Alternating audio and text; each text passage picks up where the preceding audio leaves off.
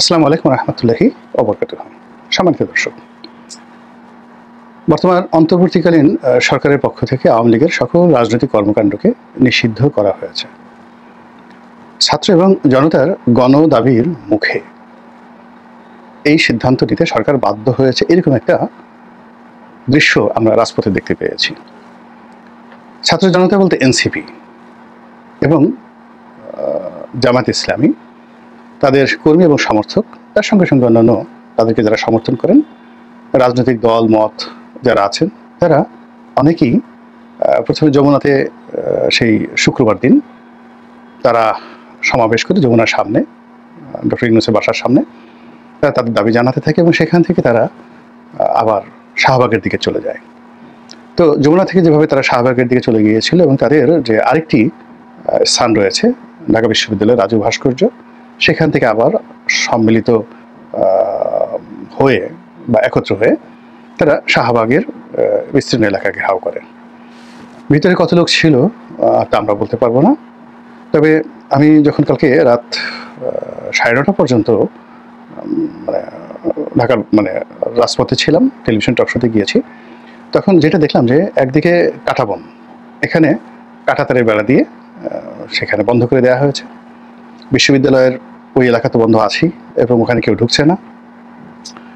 অপর থেকে মৎস্য ভবন, তাহলে কাঁটাবন থেকে মৎস্য ভবন, আবার এইদিকে ইন্টারকন্টিনেন্টাল শুধু নয়, পার হয়ে একেবারে বাংলা মোটর পর্যন্ত বন্ধ করে দেওয়া হয়েছিল।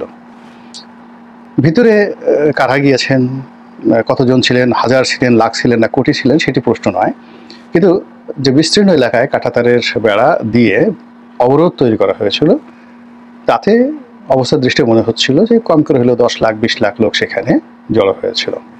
কিন্তু আমরা টেলিভিশনে যে খবর দেখেছি বা যেভাবে জনসমাগম দেখেছি, তাতে এটা কি 2000 ছিল না 2 লাখ ছিল, এটা যারা দেখেছেন তারাই এটা বুঝে নেবেন।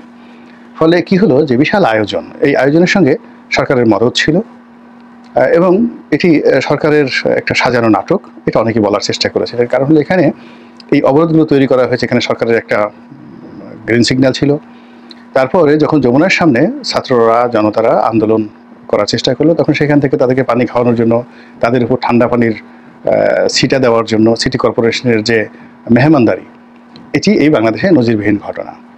আবার সেখান থেকে ছাত্র জনতা কারো অনুরোধে বা যাকে বলা হয় স্বেচ্ছায় যেভাবে শাহবাগে এলো এবং তাদেরকে সম্মান জানানোর জন্য যেভাবে উপদেষ্টা পরিষদের জরুরি বৈঠক হলো এবং সেই বৈঠক থেকে যেভাবে তাদের দাবি দাওয়া মেনে নেওয়া হলো, এটা রীতিমতো নিদারুণ এক চিত্রনাট্য, অনেক সুন্দর একটা নাটক।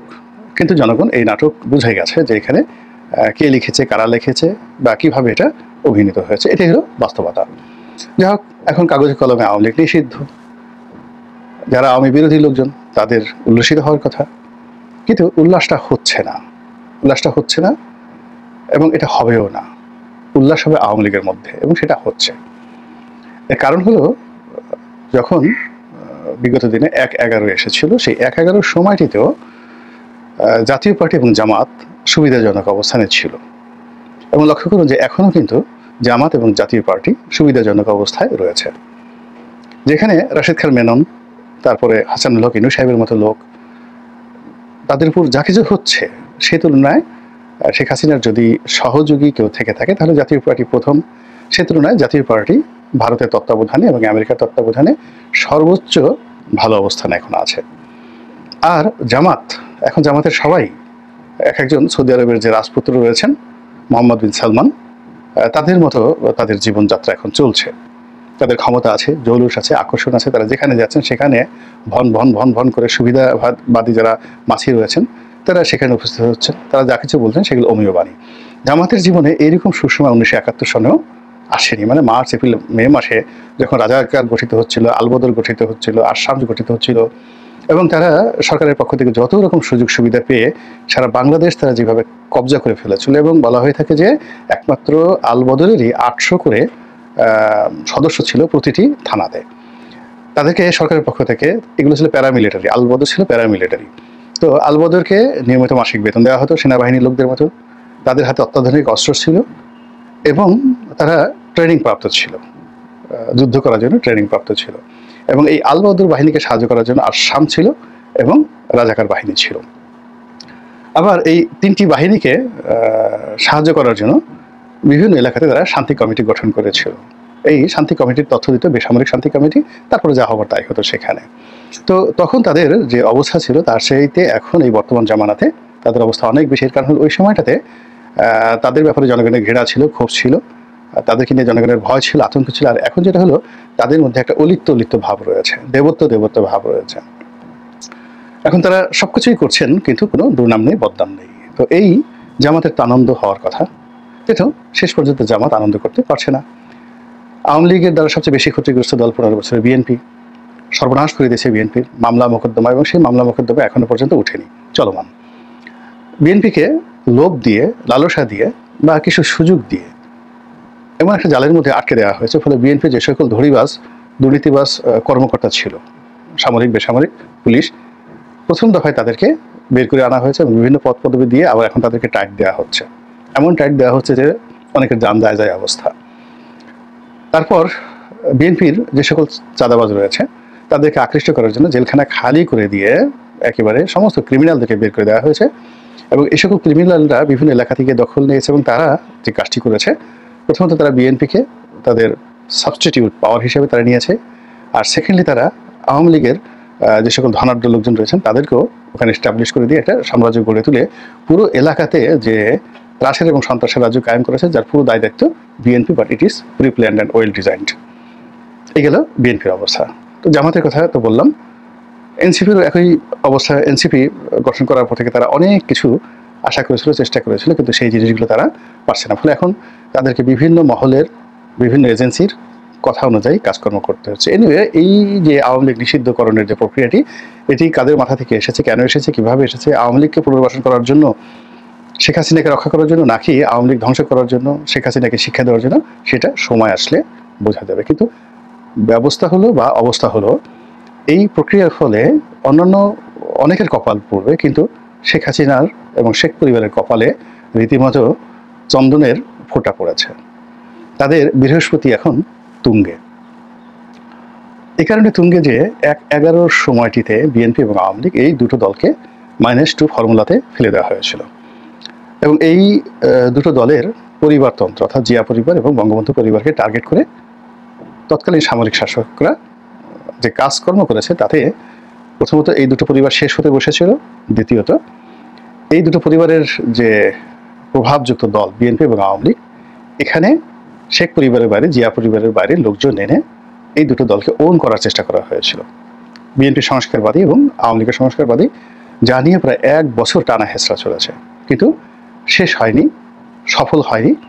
কিন্তু পুরো দুটো দলের মধ্যে যে কমপ্লেক্স তৈরি হয়েছে, আওয়ামী লীগ 15 বছর ক্ষমতায় থেকেও সেই কমপ্লেক্স থেকে এখনও মুক্ত হতে পারেনি। সংস্কারবাদীদের নাম শুনলে তাদের মাথা খারাপ হয়ে যায়। আর বিএনপির অবস্থাও একই। বিএনপির ওই সময়টাতে যারা সংস্কারবাদী হিসেবে নাম লিখিয়েছিল, এখনও পর্যন্ত বিএনপি তাদেরকে গ্রহণ করতে পারেনি। গেল এই ঘটনা। তো এবার যখন এই অন্তর্বর্তীকালীন সরকার এলো, তখন তো মানুষ প্রথমে বুঝতে পারেনি এটি বিপ্লবী সরকার, এটি গণতান্ত্রিক সরকার। কিন্তু ধীরে ধীরে এখন মানুষ সবাই বুঝতে পেরেছে যে এর পিছনে অনেক দৃশ্য আছে, অনেক খেলা আছে, এবং খেলা এখন অনেক বাকি আছে। এটা এখন সবাই বুঝতে পারছে যে এখানে অনেক লোক আছে যাদেরকে আমরা মাস্টার মাইন্ড হিসেবে জেনেছি, কিন্তু এই মাস্টার মাইন্ডের আবার মাস্টার মাইন্ড আছে। সামনে যাদেরকে আমরা নৃত্য করতে দেখি, এরা আসলে নৃত্য শিল্পী নয়, তারা পুতুল। পিছনে আরও অনেক বড় শিল্পী রয়েছে, কলাকুশলী রয়েছে, স্ক্রিপ্ট রাইটার রয়েছে। তো এই অবস্থায় আরও একটি 1/11, আরও একটি -2, এই সকল বিষয়ে যে আলাপ আলোচনা হচ্ছিল, এই আলাপ আলোচনায় অতীতের অভিজ্ঞতার কারণে বিএনপি এবং আওয়ামী লীগ দুই দলের মধ্যে কিন্তু একটা ভয় ছিল। যেহেতু সবার আগে এখানে পরাজিত দল হিসেবে আওয়ামী লীগ সম্মুখে চলে আসছে, ফলে অত্যাচারের যে স্টিম রোলার তাদের উপর আসবে, তাদের উপর খরচ চলবে এবং তাদের উপরই -1 প্রথম চালনা করা হবে, এবং সেভাবে কিন্তু সব কিছু এগোচ্ছিল। তো সেক্ষেত্রে ওই আগের মতো দুটো টার্গেট, আওয়ামী লীগকে রিফাইন্ড আওয়ামী লীগ করে সেখানে নতুন কাউকে বসানো, গ্রুপ অফ পিপলকে বসানো, এবং বিভিন্ন সময় বিভিন্ন নাম দেওয়া হয়েছে। অর্থাৎ Awami League will be own by the another person or group of person control by the interim government. এটা হলো পরিকল্পনা। আর এখানে শেখ পরিবার, শেখ হাসিনা মাইনাস হয়ে যাবে অটোমেটিক। তো এটা নিয়ে আসলে আওয়ামী লীগের যারা নেতাকর্মী তাদের মধ্যে এক ধরনের যাকে বলে আশা, নিরাশা, হতাশা ছিল। এবং আওয়ামী লীগ যদি আবার রিভাইভ হয় সেক্ষেত্রে যারা সাধারণ নেতাকর্মী, লাখ লাখ কোটি কোটি নেতাকর্মী, তারা এখানে আসবে। আওয়ামী লীগের অফিস খুলে দেওয়া হলো, সব অফিস, এবং সেখানে যদি আওয়ামী লীগের মোটামুটি নাম আছে এরকম কোনো কাউকে বসিয়ে দেওয়া হতো, ধরুন আইভিকে যদি বসায় দেওয়া হতো, তো আইভি, সাবের হোসেন চৌধুরী, তারপরে ব্যারিস্টার রফিকুল ইসলাম বীরুত্তম, তারপরে ধরুন তোফায়েল আহমেদ, উনি খুবই অসুস্থ, তারপর ধরুন ওনার নাম তোফায়েল আহমেদ সাহেব আছেন, এরপরে অ্যাডভোকেট আব্দুল হামিদ সাহেব আছেন, এরকম আরও অনেকের নাম বলা যেতে পারে যাদের রেপুটেশন হচ্ছে। ওই যে মান্নান সাহেব আছেন, তারপরে যাকে বলা হয় অন্তত 100 লোক আওয়ামী লীগের মন্ত্রী এমপি আছে যাদের আসলে কোনো দুর্নাম বদনাম নেই। তো তারা সরকারের সঙ্গে একটা সমঝোতা করে আওয়ামী লীগ নাম নিয়ে 3টা অফিস খুললো, সুধা সদন খুললো, সরকারই রেডি করে দিল।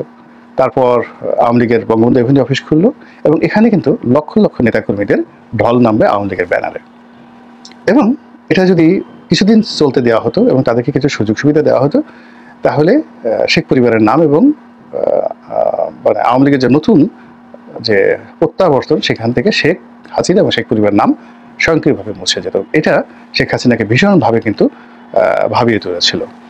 কিন্তু এখন এই যে আওয়ামী লীগ নিষিদ্ধ হওয়ার ফলে যদি মানে একেবারে আকাশ থেকে জিব্রাইল এসেও নতুন একটা নাম দিয়ে বলে, এই নামটি আওয়ামী লীগের যারা নেতাকর্মী আছেন সেই নেতাকর্মীরা এই নামে আসলে তাদের বরকত হবে, এই একই অফিস, অর্থাৎ আওয়ামী লীগের অফিস, কিন্তু ধরেন পার্টির নাম হলো ফটাংফট পার্টি। তো ফটাংফট পার্টি আওয়ামী লীগের অফিসে সাইনবোর্ড টানছে, এবং সেখানে আওয়ামী লীগের একটা মশা এবং মাছিও কিন্তু এখন যাবে না। ফলে কি হলো, এই আওয়ামী লীগ নিষিদ্ধ হওয়ার ফলে আপাতত -1 শেখ হাসিনা মাইনাস এবং শেখ পরিবার মাইনাস, এই প্রকল্পটি একেবারে চিরদিনের জন্য অ্যাবান্ডেন্ট হয়ে গেল। আর আপনি এদেরকে রাজনীতি থেকে অ্যাবান্ডেন্ট করতে পারবেন না, এদেরকে আর কোনো পলিটিক্স করতে পারবেন না, নাম্বার 1। নাম্বার 2 হলো, নিষিদ্ধ করে কখনো কোনো রাজনৈতিক মতাদর্শকে দমন করা যায় না, কেউ কখনো পারেনি। আওয়ামী লীগকে নিষিদ্ধ করে বরং একে আরও শক্তিশালী করা হলো, এদের মধ্যে ক্ষোভ তৈরি করা হলো, এদের মধ্যে ঘৃণা তৈরি করা হলো, এদের মধ্যে প্রতিহিংসা তৈরি করা হলো। আজ জামাতকে নিষিদ্ধ করার ফলে তাদের মধ্যে যে ঘৃণা, ক্ষোভ এবং প্রতিশোধ যে জাগ্রত হয়েছে, এবং সেটা এখন আওয়ামী লীগের বিরুদ্ধে কীভাবে কাজ করছে, যে এখন তারা যে আওয়ামী লীগ একসময় শাহবাগকে ব্যবহার করেছে জামাতের বিরুদ্ধে, এখন জামাত সেই শাহবাগকে আওয়ামী লীগের বিরুদ্ধে ব্যবহার করছে। যেখানে এই বঙ্গবন্ধুর বাংলাদেশ, এই শেখ হাসিনার বাংলাদেশ, এখন তারা বলছে গোলাম আজমের বাংলাদেশ। এগুলো সবই আসলে ক্রোধ থেকে, ঘৃণা থেকে, এটা কিন্তু তারা আগে থেকে বলতো না, এই কাজটা তারা করছে আওয়ামী লীগের কারণে। তো এই যে আওয়ামী লীগকে ব্যাকফুটেজে পাঠিয়ে দিয়ে জামাতের যদি 5 to 6% বা 3 to 4% তাদের সমর্থন থাকে, তাহলে 35% লোকের মনে ঘৃণা, ক্রোধ এবং বিক্ষোভ জাগিয়ে দেওয়ার পরিণতি কি হতে পারে, ক্যালকুলেটর লাগবে, আপনি নিজেই মোটামুটি এটা বের করে ফেলতে পারবেন। এখন বক্তব্য হলো যে আওয়ামী লীগ নিষিদ্ধ হয়েছে, এটা দেখে আওয়ামী লীগের খুশির বন্যা, শেখ পরিবারের খুশির বন্যা, শেখ হাসিনা রীতিমতো আনন্দে গড়াগড়ি দিচ্ছে বলে আমি ব্যক্তিগতভাবে মনে করি। আল্লাহ আমাদের সবাইকে হেদায়েত দান করুন এবং হেফাজত করুন। আসসালামু আলাইকুম রহমতুল্লাহি ওয়া বারাকাতুহু।